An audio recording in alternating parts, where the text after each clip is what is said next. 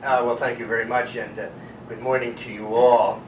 And I thank Jim Coyle for his leadership, and I thank the Gateway Regional Chamber of Commerce and the Clark Chamber of Commerce for hosting this morning's Candidates Forum. I have worked as hard as I can in supporting policies to jumpstart our economy, to get more Americans working again by providing greater economic certainty to individuals and to small business. We know that small business is the economic engine that keeps our country moving. 7 in 10 jobs that will be created in America will be created by small business, not by large business. And I think it's very important to support all of the businesses across the nation, particularly small business.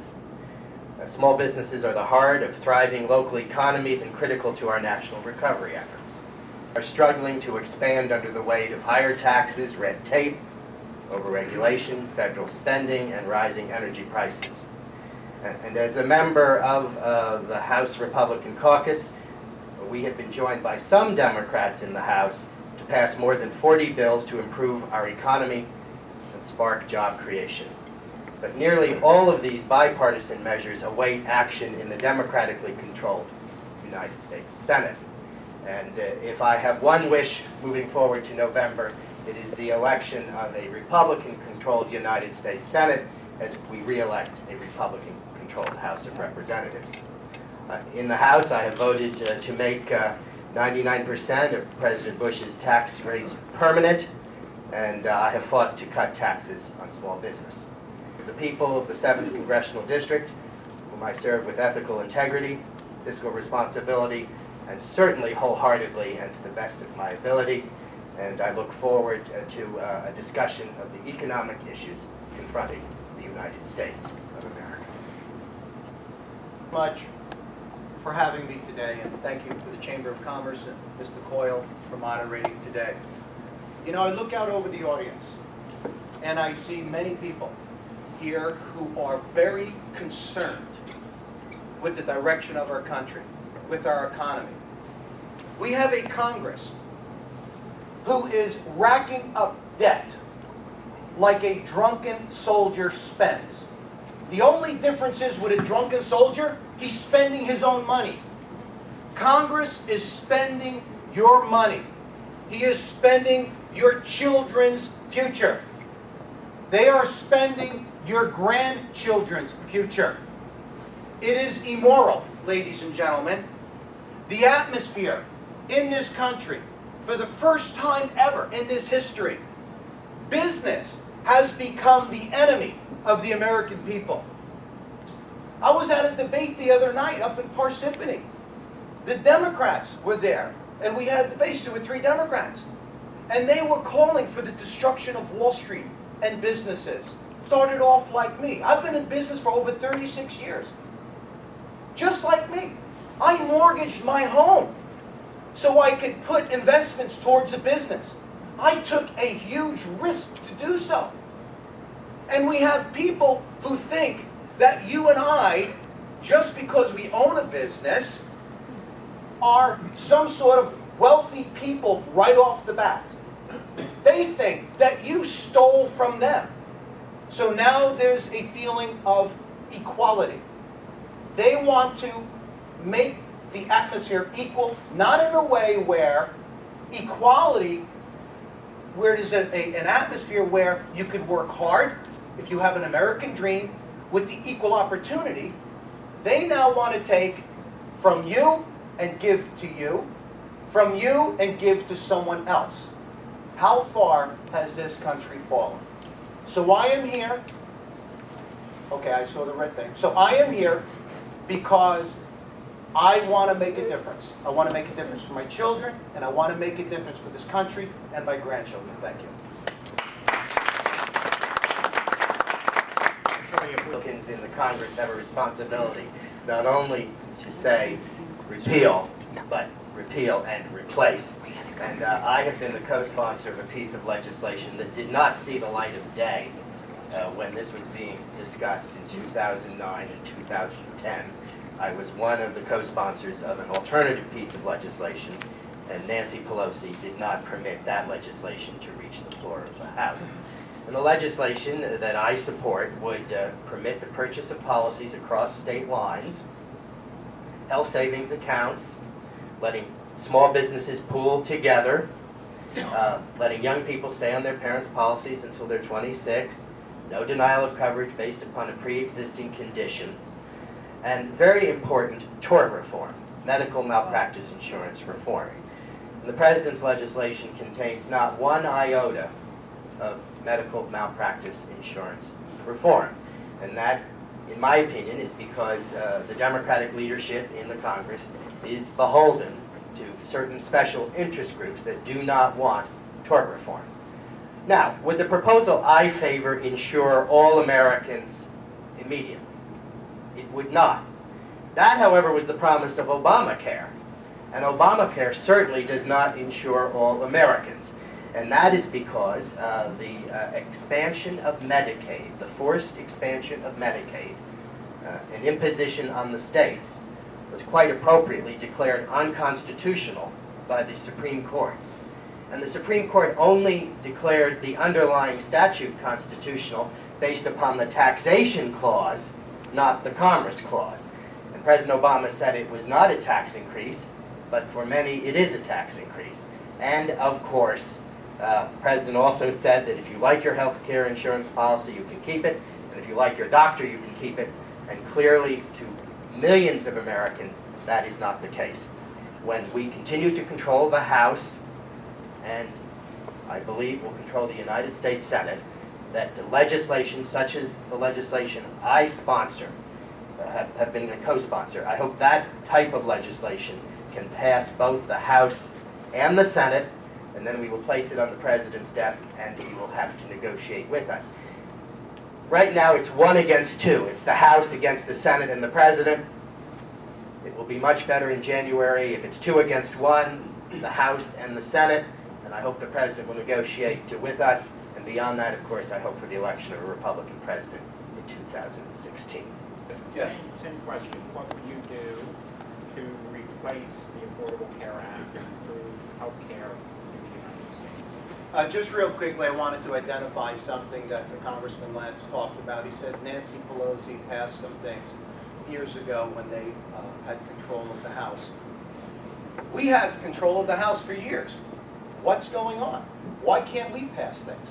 I just wanted to get that out there. We Americans pride ourselves on choice. We have liberties and freedoms. We're not used to being mandated to do something, especially health care. Who does Obama think he is, telling us that it's mandated that you purchase insurance that they choose for you? How dare he? You asked me what I would do. In the Republican Study Committee, there's a bill. It's called H.R. 3121. It's the American Health Care Reform Act. And it calls for the repeal of Obamacare in its entirety. It calls for access to portable health care insurance by standard deductions for health care insurance. You'll get $7,500 for an individual, $20,000 per family. It's almost like a voucher system. You can take it and use it wherever you'd like to go. It also has health care insurance savings accounts. It has access to vulnerable Americans who have health issues with high-risk pools. It also encourages the free market access that allows a cross-state line competition, which is very important. Competition in this room that we know is good. Medical tort reform, way over needed, okay? Also, it respects human life and personal conscience. You know, Representative Lance stated right here in October of 2012 when he was debating Chakula, he said the reason why he was against Obamacare is because it was a tax. I'm against Obamacare not only because it's a tax, but it's the takeover of 1/6 of our economy, and it is access to everybody's personal information for every resident that lives in this country of the United States. In my opinion, it's a socialist agenda. It must be defunded immediately and repealed. That's what I promise I will do to you, and we will then enact new health care issues for you. Thank you. Yes. We require that drivers have insurance in this country to drive a car. My guess is everybody has insurance, right? I mean, nobody around here is, nobody is driving without insurance. Why is healthcare different? Why should people not be required to buy healthcare insurance? I think we should encourage all Americans to buy health care insurance. But I think we should build from the model that exists in this country, which is health care insurance from our employers. And that is the system from which we should build and improve. And I do not favor a system like Obamacare, and I oppose it for quite a few reasons. And Nancy Pelosi said earlier this week, or over the weekend, that what she really favors is a single-payer system. And I think that this is the first step, and it is a huge step, to bringing about a single-payer system, which I adamantly oppose. We should build on the solid foundation that we have in this country of strong health care for those who are employed. Most Americans receive their health care insurance from their employment. And finally, let me say, if we get control of both houses of Congress, the first bill we will put on the President's desk is repeal of this legislation. But we will also put other bills on his desk, for example, repeal of the medical device tax, which is critically important to the state of New Jersey. Larsen, another follow-up question. If an individual does not have insurance and they go to a hospital to obtain care, who should pay for that? Right now, we have health care for everybody. You can go to the emergency hospital rooms and you will get health care. That's what we have in this country. And right now, you're paying for that out of your pockets, okay, whether you like it or not. With this plan that I have said, there's a pooling system that goes in place. I don't know how many here remember when you were 16, actually 17 years old, 18 years old, when you got your driver's license. There was a high-risk pooling that you had to go for. I was part of that. And the costs were much higher at the time, unfortunately, but that's the way it is. So a pooling system is there to make up the difference for those who can't afford it. Now, I agree with Representative Lance about the mandated one-payer system, because that's exactly, ladies and gentlemen, where this is going. And my family came here from Norway, and I'm a first-generation American. And in Norway, we have socialist medicine. My family, who is still over there, come to America and pay to have their medical treatment done because they can't wait 3-4 years for medical attention over there. They come here. Right now, this administration, along with the help of some in Congress, are destroying the best healthcare system in the world. Representative Lance sent out this flyer. 64 times voted to repeal Obamacare. It was 100 times enough? 200 times enough? What if you would go to a dentist with an impacted tooth that's infected 64 times? What would you do? Would you continually go back to that same dentist? Or would you actually get something done and go to a different place and make things happen? It's embarrassing, quite honestly. Thank you. Is that this country is not producing the oil and the gas that it should be. That's why you see prices so high with gas and oil. If prices were lower, people would be driving more. Right now, people have pulled back from driving. The gas taxes that we usually depend on for revenue aren't accumulating anymore. As a matter of fact, the Highway Trust Fund is deficit, like you said, in its trust fund. One of the other reasons is that 23% of the Highways Trust Fund has been removed and is being used for anything other than the highway system. We need to refocus and let the Highway Fund Trust keep its money and stop pulling money from Paul to pay Peter and Peter to pay Joe. We need to make sure that these trust funds are set up and they're left alone. Has anyone ever heard of the Social Security lockbox? Well, there's nothing in there but treasury bills, okay? That's all that's in there. It's been robbed. It's been looted. And that's exactly what's happening here with the Highway Trust Fund. Now, our infrastructures must be fixed. They need to be done. You know, highways have a lifespan or a built span of about 50 years. That's what the highways are. And some of our highways are decaying, especially after this harsh winter, if you notice that we just had. I mean, some of these places are real bad. So the federal government needs to back off the states and allow the states creative ways to raise funds so that they can help fix their own streets. And the federal government needs to stick what the Constitution tells it to do and make way for interstate commerce and help states to do so. Thank you. A modern and efficient transportation system is critically important, and it's certainly critically important to the business community. An efficient national transportation network allows businesses to lower transportation costs, which in turn lowers production costs and enhances productivity and profits. In Congress, I have focused on strengthening America's national transportation network to make it more efficient, more competitive, and more prosperous. I recently voted to reauthorize the Water Resources Development Act. This is for inland waterways and seaports, and this is important not only to the nation, but to our global economy.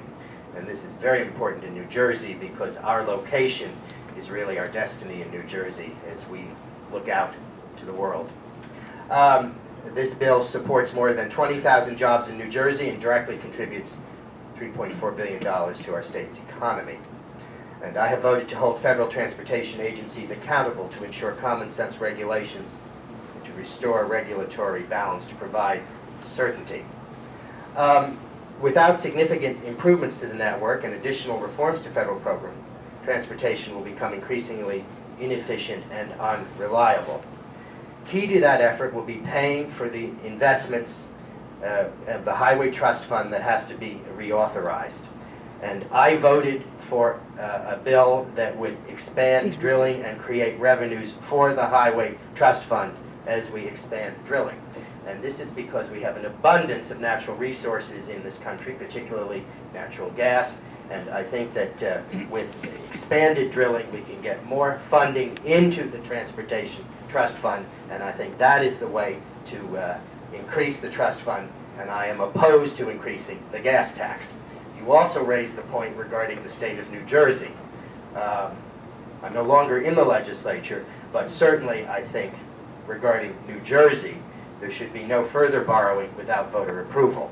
And I am watching this because, as you know, I am the sponsor of the Lands Amendment that prohibits further borrowing in this state without voter approval. And so as Trenton addresses this issue, I will be looking at that closely. But based upon my responsibilities in Washington, I think a good way to replenish the national transportation funding is through expanded resources from the economy, from the environment, from drilling. And I think we can get more federal revenues without raising taxes. And I am opposed to raising taxes. Public-private partnerships in transportation. Look, we need to leave every option open, is what we need to do. There's also other ways to do it, as you said, when we go back to tolls. There's electronic tolling now, where you can do away with manned, toll booths and so on. There's a huge difference in the cost. It costs about 5% of the revenue taken in when you go electronically, as compared to having manned booths, which are about 30% of your revenue. It's huge money right there. But what we need to do to make sure is we must drill for oil and gas. It is so important to do so. And if we do so, it'll drop the cost of gasoline and fuel here. People will drive more. That's where our revenue will start kicking in again. And we have to stop robbing from the different trust funds. That needs to stop. Congressman Les brought it up. I wasn't going to bring it up. He talked about the Larsen Amendment. That's where you can't borrow money without voter approval. Unfortunately, that law has been on the books in the New Jersey Constitution since 1844. So his amendment was just saying, well, we really, really mean it. Well, you know what happened? The courts in New Jersey bypassed that. And they made the legislator borrow money without even asking to spend money. And then he reconfirmed all of the court judges who did that anyway, who bypassed it. So really, what good is the Lance Amendment if you're not going to enforce the Constitution? And abuse exists. We should be ever vigilant, and I am very supportive of those from New Jersey who are on the Transportation and Infrastructure Committee. That's Congressman Lobiando, a very close friend of mine, and I commend to the audience's attention the fine work of Congressman Lobiando on the Transportation Committee on issues of fraud, waste, and abuse, and other issues as well. But let me say, moving further, that I do think that another area that can be important regarding the transportation infrastructure, particularly of this region of the country, is at least a reform, if not a fraud, waste, and abuse, at least reform the Port Authority of New York and New Jersey. And one of the aspects that will come out of the recent activity, and I am very critical of what happened at the George Washington Bridge and those who were responsible for it, and I think Governor Christie took the right action immediately when he found out about it. One of the actions that should come out of all of this is a reform of the Port Authority of New York and New Jersey. And finally, let me say, one of the proudest accomplishments of my life, ladies and gentlemen, is the Lance Amendment. And now we can no longer borrow in New Jersey because of my amendment. And it took me a great deal of effort to get it through the New Jersey State Legislature, a democratically controlled state legislature. But of course, when it did get through the legislature, it passed in every one of the 500 and then I think 66 municipalities in the state of New Jersey. And I would ask Mr. Larsen, did he vote for the Lance Amendment, as the overwhelming majority of the people of New Jersey did on General Election Day in 2008? This is one of the most critical issues confronting the nation. And we have got to get back to a place where we have our budget in order, where revenues meet the expenditures of the nation. Now, at the moment, the annual deficit this year will be roughly $500 billion. That's not good enough, but it's better than $1.4 trillion, which was in the first year, perhaps the second year of the Obama administration. And why are deficits lower, although we're not where we should be? Why are deficits lower? It's because of Republican control of the House of Representatives. And if the Democrats still controlled the House, these deficits would be even higher than they are now. And I am committed to working with Chairman Ryan and others to make sure that we reach a position of fiscal responsibility. As you heard in my opening statement, it's appalling. Appalling. Unbelievable, the amount of debt. 17.5 trillion. That's what a T, ladies and gentlemen. $1 trillion. It's hard to comprehend. Beside 90, 100 million of unfunded mandates, liabilities, tremendous. We have mortgaged away this country. And it's immoral. And we need to do something right now. We need a balanced budget. Unfortunately, Congress can't help but spend your money. As soon as they get it, and before they get it, they spend your money. So unfortunately, we may have to look at a balanced budget amendment to force these guys to stop sticking their hands into our pockets. Now, Representative Lance talked about Paul Ryan's bill, which is a great bill. Unfortunately, it doesn't do a balanced budget right away. We need that immediately. It also says that it'll allow $63 billion in spending up front with a promise of spending cuts some years down the road. Ladies and gentlemen, do we remember what President Ronald Reagan said? That will never happen again when he got caught doing the same thing, allowing tax increases and some excise taxes, and with the promise of getting spending cuts in the future. We can't let that happen. Right now, America takes in about $250 billion per month. Our tax liability, or our debt liability, is at $18.5 billion per month. When the government came time to vote to increase the debt ceiling, Representative Lance voted for it every time except just once recently, so we could send out a flyer saying he voted against it. It is unfortunate that we are here today because of the concern of what is going on with our representatives in Congress. We put people there because we trust them to handle the economy, to handle our future. And unfortunately, they're spending it away. So we need to reduce the size of the federal government right away. We have to identify the fraud in different agencies and identify fraud with people who are receiving payments. We have to rein in the welfare spending. Do you know that welfare spending is approximately $1.1 trillion a year as compared to the entitlement spending, which is about $1.3 trillion. But that's entitlements, ladies and gentlemen. An entitlement says you're entitled to your money, Social Security and Medicare. Welfare, you're not entitled to it, and we need to revisit it right away. Thank you. Mr. Larsen mentioned the debt ceiling in your vote on this. Talk a little bit about the debt ceiling and why you voted. Thank you. I have voted against it several times.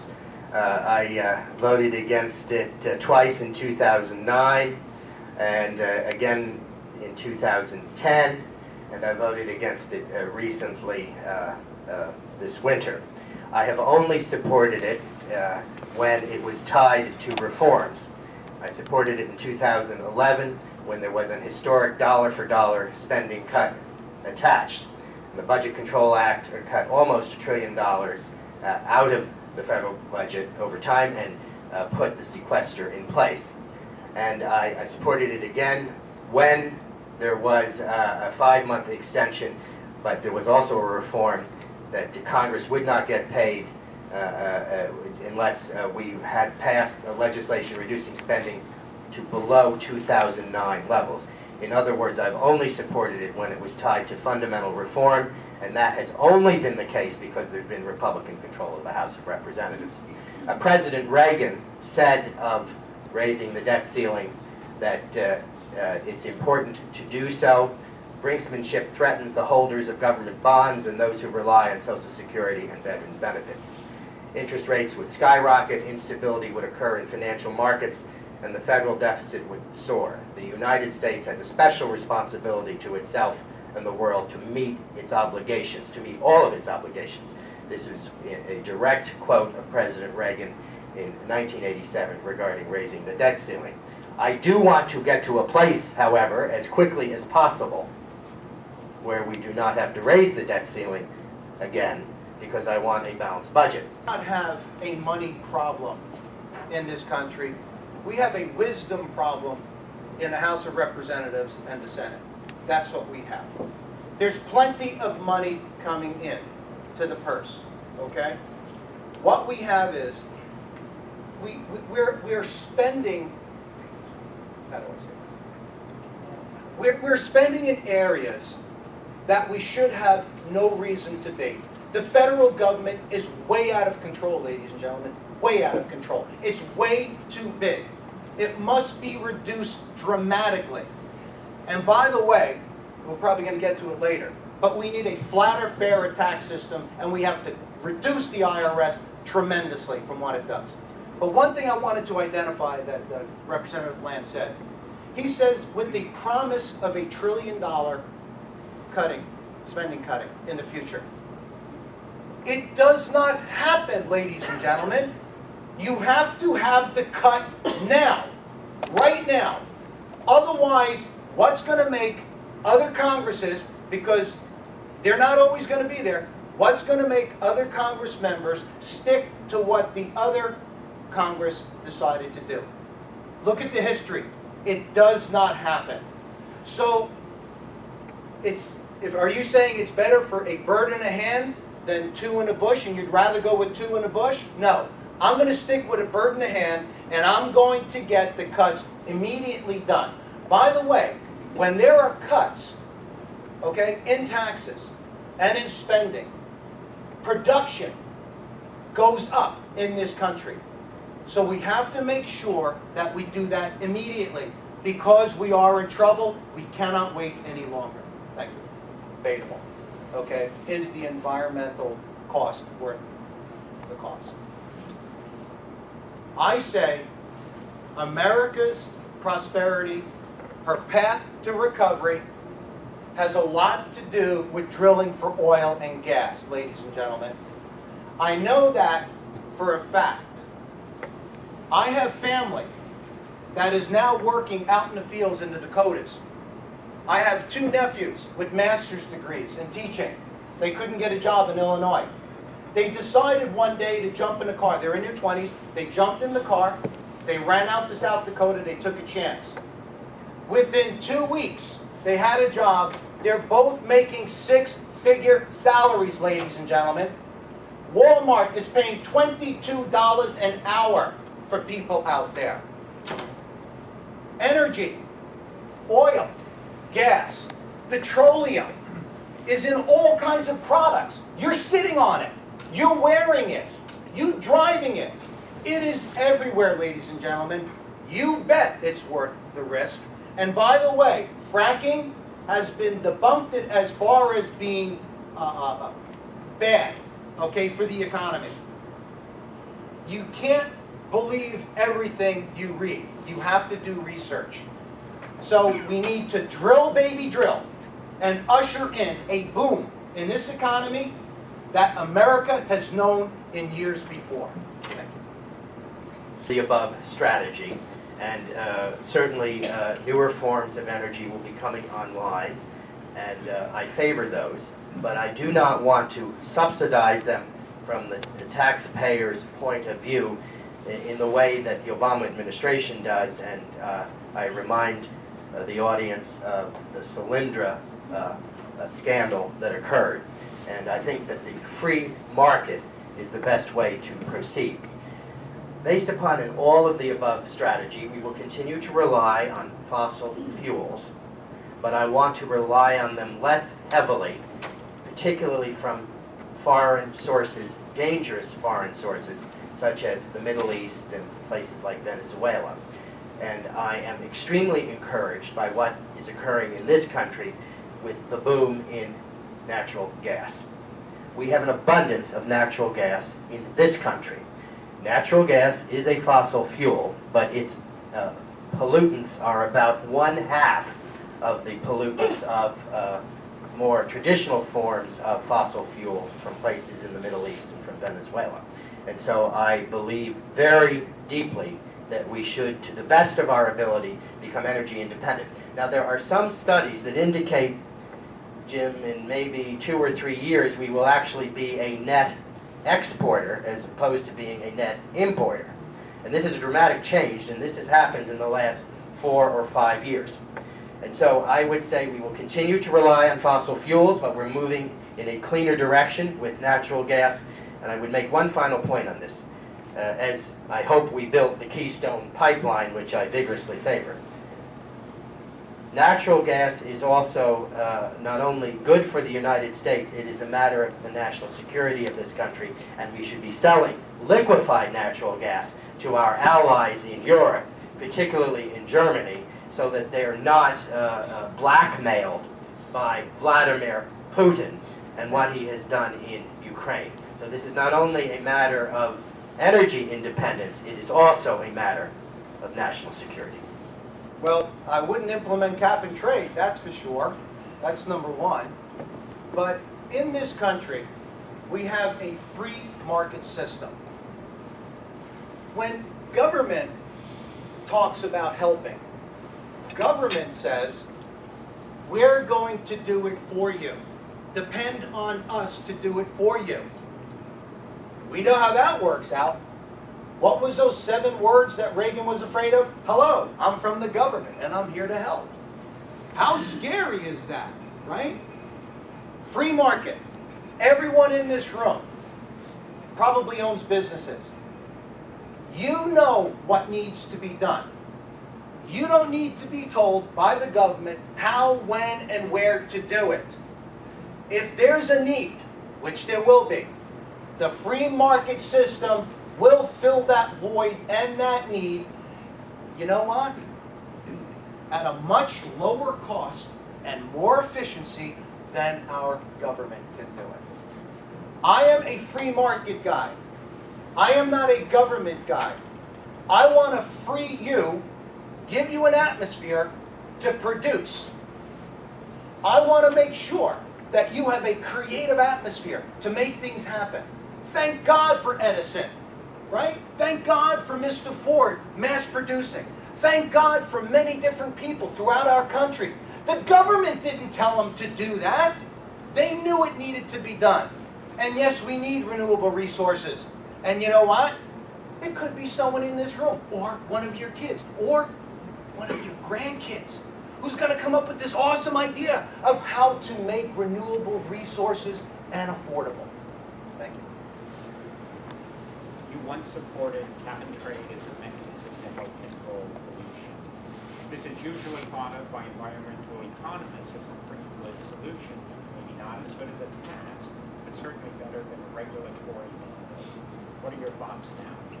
I have voted as a member of the Energy and Commerce Committee not to move forward in that area. I think that we should move forward in the ways I have suggested, most important of all, extracting natural gas from the United States to become more energy independent. And there really has been a revolution in the last several years because of natural gas, and I would concentrate in that area. Having said that, I think that it's important to note that it is essential that we build the Keystone Pipeline. It would create high-paying American jobs to build the pipeline, and then once the pipeline has been completed, there would be some jobs that would remain for the pipeline. It is safer environmentally than transporting this material either on rail or truck. And also there is the national security component that Canada will look to China unless we build that pipeline. And the President has chosen not to make a decision, and by not making a decision, he has made a decision, and that decision has been no, and I hope that he reconsiders that. And if we control both the House and the Senate, we certainly will put a bill on his desk related to building the Keystone Pipeline. The great tax reform of President Reagan in 1986, working with Bill Bradley, a Democratic United States Senator from New Jersey, bipartisan cooperation, and I think President Reagan's place in history is secure for so many reasons, and it includes the tax reform of 1986, and that eliminated many different rates and established a two-rate structure, a 28% rate and a 15% rate, and I would aim toward that system. Now, the chairman of the Ways and Means Committee, David Camp of Michigan, has put forward a draft proposal this year regarding tax reform. We will not be voting on it. It contains certain good parts, but also parts with which I am concerned. And certainly I want to maintain full deductibility of charity. This is an enormously charitable country, and we rely heavily, as we should, on the charities across America, and they are superior to the government. And I want to encourage increased donations to charity. And also in a state like New Jersey, which is a high-taxed state, at the state and local level, we need continued deductibility of those taxes. We need continued deductibility of mortgage interest because of the high cost of housing in New Jersey. And let me say as well, we need tax reform not only at the individual rates, which you have mentioned, but also at the corporate level. We now have the highest corporate tax rate in the industrialized world, 35%. It's much higher than our competitors. And what I favor is a territorial system at the corporate level, where if a company earns profits abroad, and they're taxed abroad, then those profits can be brought back home to create American jobs without paying the differential that now exists between the lower rate abroad and the higher corporate tax rate in this country. And this is a fundamental difference between Republicans and Democrats in the Congress of the United States. And what I favor is what the Republicans in the Congress favor, which is a territorial system. I am convinced that more profits from abroad would be brought back home, and we would create more American jobs. So we need reform not only at the individual level, and I would like to return to the system that existed based upon President Reagan's monumental legislation in 1986, and at the corporate level, I favor a territorial system. The repatriation of the funds in from foreign countries for American businesses. We have a progressive tax system in this country. Progressive. It means it hurts people who wants to do well. It punishes them, as Jim said. There are 74,000 pages in the IRS code. And you know what? That's a living document. It keeps growing. It keeps growing because we have crony capitalism in this country, unfortunately. And there's special interest groups that get special attention with tax codes written straight for them. You know, we have a U.S. corporate rate tax. That is the highest in the developed world of 39.1%. It's killing jobs here. It's hurting us. The wage earners in this country who make money, who go out hard, you guys are the wage earners. You pay, well, let's not you, well, I'll say 40%, I'll get the exact number because I don't know exactly what, again, but 40% of Americans pay 100% of the income taxes. That is not fair. What we need is a flatter, fairer tax system. And as I said before, we have to dramatically cut the IRS tremendously. Look what's happening in this country. The IRS is now being used for a purpose it wasn't intended to be used for. Obama is going to use it to enforce you to take up the mandate of health care and other issues. The IRS is a Gestapo unit right now going after conservatives who dare to have a different opinion of him or members of Congress.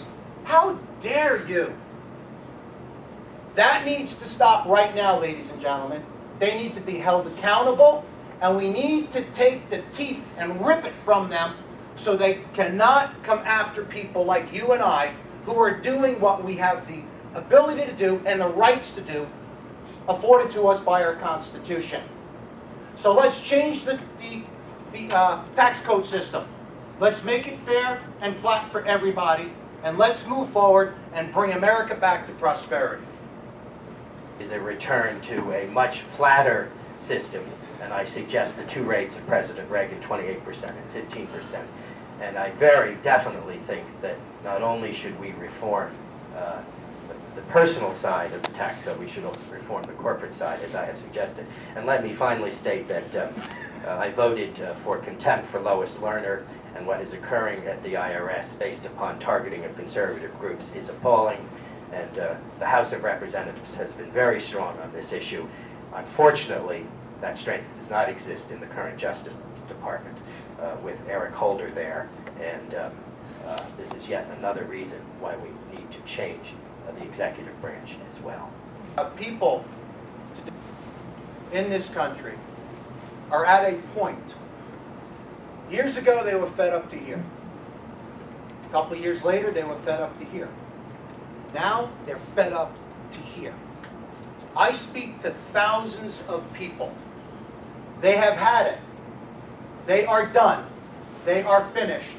They don't believe this rhetoric anymore that's coming out of Congress. They don't want it anymore. They want people who will stand up for them. Leaders who will go there and form a coalition of people of like-mindedness. And even though the Speaker of the House might not agree and doesn't want to move on, well, we should make that happen. You see, I'm not going there to get along. I'm going there to make a difference. I'm going there for you, ladies and gentlemen. I'm going there for my children and my grandchildren, ladies and gentlemen. I am going there to serve for only a couple terms, a few terms, whatever it is, and get the heck out. I'm doing what our founder said, going from private life into public service and get the heck out and let someone else come in and not make it a career. People are done, they're finished, it's over with. Just as a side note, Representative Lance stayed here in October. He stood right before you in October of 2012. Said that he will not be raising any more taxes. There was an upcoming tax bill, H.R. 8. Well, he did. He was one of only 85 Republicans to do so. 150 refused to vote for it. It was an increase in taxes only for the rich, though, so it was okay. Thank you. The two chambers who have been involved, my thanks to Mr. Larsen for participating in this discussion. On the role of government, I think that the government closest to the people is where problems should be solved to the greatest extent. So that would be at the local level, county level, and the state level. At the federal level, I think we have important constitutional responsibilities, particularly regarding the defense of the United States.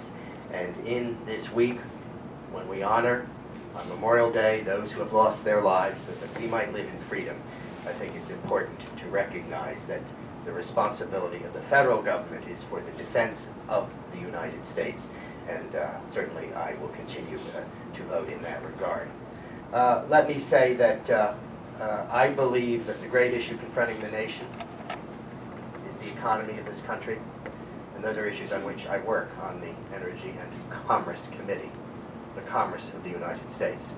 And moreover, moving forward, the great issue confronting the nation for our children, and for some in the room who may have grandchildren, is the fact that we're in competition now with rising powers in the world, with China and with India and with other places on Earth.